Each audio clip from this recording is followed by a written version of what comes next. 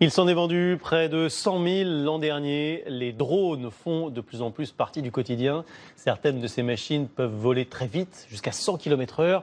Des courses sont même organisées et les images sont spectaculaires. La preuve avec Antoine de Pressigou et Antoine Pocry, près de Strasbourg. Si vous avez le mal de l'air, vous devriez sans doute détourner les yeux.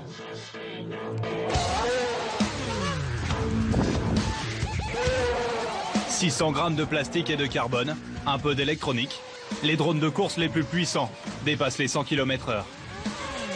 Pour piloter ces engins, des amateurs bien entraînés, une manette et une paire de lunettes. Cette discipline s'appelle vol en immersion parce que le pilotage de l'appareil se fait grâce à ces lunettes. Les images filmées par une caméra embarquée sur le drone y sont retransmises en temps réel. Un peu comme dans un jeu vidéo, avec quelques sensations supplémentaires.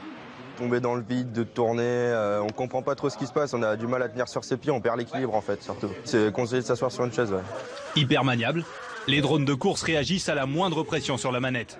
Mais ils sont tellement rapides oh la corde que les crashs sont parfois inévitables. Là on est censé prendre un virage ici, il y a une corde qui traînait, on sait pas trop pourquoi, qu'est-ce qu'elle faisait là.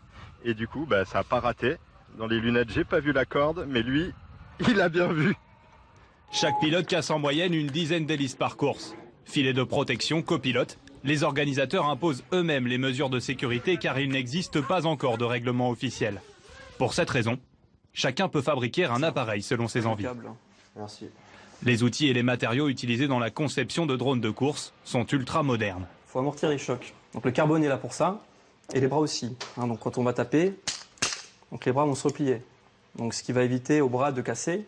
Et ce qui est bien aussi, c'est qu'on a un pare-choc qui lui va amortir.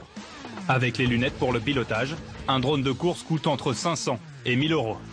Des Savoyards ont popularisé la discipline.